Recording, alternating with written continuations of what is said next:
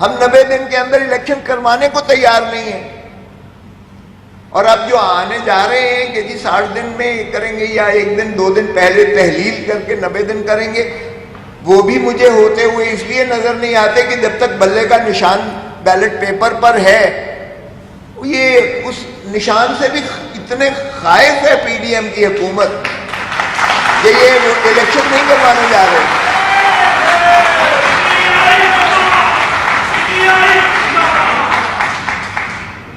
آج اپوزیشن ہے ہی نہیں. راجہ ریاض کہتا ہے میں تو مسلم لیگ نون کی ٹکٹ لوں گا. یہ کیا فراڈ ہے کہ جمہوریت ہے؟ وہ بھائی اپوزیشن کے بغیر بھی کبھی جمہوریت ہوتی ہے؟ آپ نے اپوزیشن کو تو باہر رکھا ہوا ہے نیشنل اسمبلی سے. دھڑا دھڑ آپ قانون سازی کیے جا رہے ہیں. اور قانون سازی کس لیے؟ لیول پلینگ فیلڈ ہو.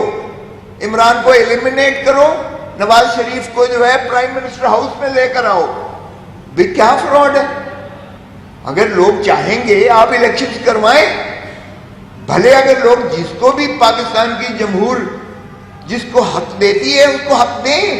جب حقدار کو حق نہیں دیں گے تو ملک ٹوٹے گا. خاکم بدہن. پہلے ہم نے آدھا ملک کر لیا ہے، اب کیوں ہم آدھے کے پیچھے لگے ہوئے ہیں؟ تو اس لیے یہ لمحہ فکریہ ہے. آپ نے بالکل صحیح کیا کہ ہیومن رائٹس، فنڈامنٹل رائٹس ہیں کیا؟ بنیادی حقوق ہے کیا؟ کیا بنیادی حقوق صرف مجھے زندہ رہنا ہے، وہ بھی زندہ رہنا ہے، اس خوف کے تحت زندہ رہنا ہے، وہ بھی زندہ رہنا ہے تو میرے بیٹے کو گولی ماری جائے تب ان کی یا مجھ پر جو ہے گولیاں، میرے گھر پر گولیاں ماری جائیں تاکہ میں خوف سے دبک کر جو ہے اپنے گھر میں چھپ کر بیٹھ جاؤں؟ کیا یہ بنیادی حقوق ہے؟ تو بنیادی حقوق کی جب آپ بات کرتے ہو، فنڈامنٹل رائٹس کی بات کرتے ہو، ہیومن رائٹس کی بات کرتے ہو، تو ہیومن رائٹس صرف سانس لینا نہیں ہے، عزت اور وقار سے جینا، زندگی کی عزت اور وقار اور تمام تر جو ہے جو اللہ تعالیٰ کی نعمت ہے، انعام و کرام ہے، ان کا استفادہ کرنا، یہ ہے انسانیت، یہ ہے ہیومن رائٹس. کیا میسر ہے اس وقت پاکستان میں عوام کو؟ یہاں میڈیا والے جو بیٹھے ہیں ان کو تو نام وہ ایک شخص کا نہیں لے سکتے، اور میرے اور اعتزاز اعظم کے پروگرام پر وہ بندش لگی ہوئی ہے ان کو دکھانے میں. ارے بھائی 100 بندشیں لگا لو، آج وہ 60 کی دہائی، 70 کی دہائی، 80 کی دہائی، 90 کی دہائی نہیں ہے. آج سوشل میڈیا کا دور ہے، ہر ایک کے ہاتھ میں ہے، سب کچھ ہے ہر ایک کے ہاتھ میں. 1 سیکنڈ میں وہ سب کچھ دیکھتا ہے. تو اس لیے وہ دور نہیں ہے کہ آج آپ ہضم کر جائیں گے، ایک ہی اخبار ہوگا، ایک ہی چینل ہوگا اور پی ٹی وی، اور اس پر جو ہے آپ اپنے من پسند دکھائیں گے اور باقیوں کو اسکرین آف کر دیں گے. یہ وہ دور نہیں ہے. تو ہوش کے ناخن لیں، اس طرح سے معاملات نہیں چل سکتے ہیں. تو یہی ہے آپ کہ آپ کہتے ہیں کہ بنیادی حقوق کو اگر آپ جو ہے کون کرتا ہے اس کو وہی مقتدر حرکت کرتے ہیں، حکومت کرتی ہے. اور حکومت اگر اتنی بے بس ہے اور کل کو نکل کے یہی کہیں گے کہ جی ہم نے تو عورتوں کو نہیں پکڑا، ہم نے تو شیرین مزاری کو 5 دفعہ ضمانت ہوئی ہے اس کو ریلیز کرنے سے اعتراض کیا، اور انعام مزاری کی جب دھمکی دی ہے تو شیرین مزاری تو کیا کوئی بھی ماں ہوگی وہ کہے گی توبہ ہے، میری سیاست سے بھی میں کنارہ کش کرتی ہوں. جب بی بی ضیاء الحق نے بھی یہ کام نہیں کیا تھا.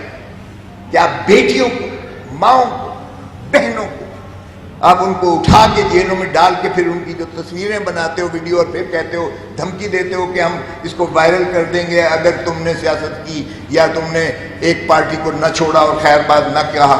اور وہ جب ٹی وی پہ جا کر وہ روتا بھی ہے اشکبار ہو کر، اور جب کہتا ہے کہ میں نے سیاست چھوڑ دی اور پارٹی چھوڑ دی، تو وہ دودھ کا دھلا ہو جاتا ہے. کیا یہی ہیومن رائٹس کی ہے؟ پھر کہتے ہیں جی وائلیشن کون کر رہا ہے؟ او بھائی پی ڈی ایم کی حکومت کو شرم آنی چاہیے، ان کی تجوریاں بڑھتی جا رہی ہیں. عجیب بات ہے، یہ رہتے تو پارلیمنٹ اس فلیٹ لندن کے مہنگے ترین فلیٹس میں کوئی ماننے کو تیار نہیں ہے. وہ جب ان کی بیٹی رانی کو فرمایا جاتا ہے وہ کہتی ہے باہر تو باہر، میری تو پاکستان میں بھی کوئی جائیداد نہیں ہے. اور جب نکلتا ہے کہ وہ بینیفیشل اونر ہے تو وہ انکار کر دیتی ہے. جو موصوف رہ رہے ہیں سزا یافتہ مجرم جن کے وارنٹ گرفتاری نکلے ہوئے ہیں، جو کبھی لندن سے حکمرانی پاکستان پہ کر رہے ہیں، کبھی دبئی میں تشریف لاتے ہیں تو حکومت کرتے ہیں۔ یہ بھی عجیب قوم ہے، یہ میں نے نہیں دیکھی ایسی ملک بنانا۔ ریپبلک میں بھی ایسا نہیں ہوتا ہے کہ سزا یافتہ شخص جس کے عدالتی وارنٹس نکلے ہوں، جس پر عمر بھر کی جو ہے سیاسی بندش ہو، جو خائن ہو، صادق اور امین نہ ہو، وہ جو ہر قسم کے حقوق سے وہ مبرہ ہو جاتے ہیں کیونکہ اس کو حقوق نہیں ہے جو سزا یافتہ ہو، اور جو سزا یافتہ ہو اور جس کے وارنٹس نکلے ہوئے ہوں اس کو میڈیا نہیں دکھا سکتا۔ او بھائی، جمہور کو، عوام کو آپ ان کے حقوق دو گے آئین میں یا نہیں دو گے؟ اور اگر ہم ایسا کرتے رہیں گے تو کیا یہ مملکت خدا داد پاکستان کو ہم قائم بھی رکھ سکیں گے؟ مضبوط تو دور کی بات ہے۔ ڈاکٹر صاحب، میں کوئی مایوسی کی باتیں نہیں کر رہا ہوں، نہ میں مایوسی پھیلانا کا قائل ہوں، اور میں بہت زیادہ آپٹیمسٹ ہوتا ہوں۔ میں ان نوجوانوں کو دیکھتا ہوں، ان کی آنکھوں میں چمک دیکھتا ہوں۔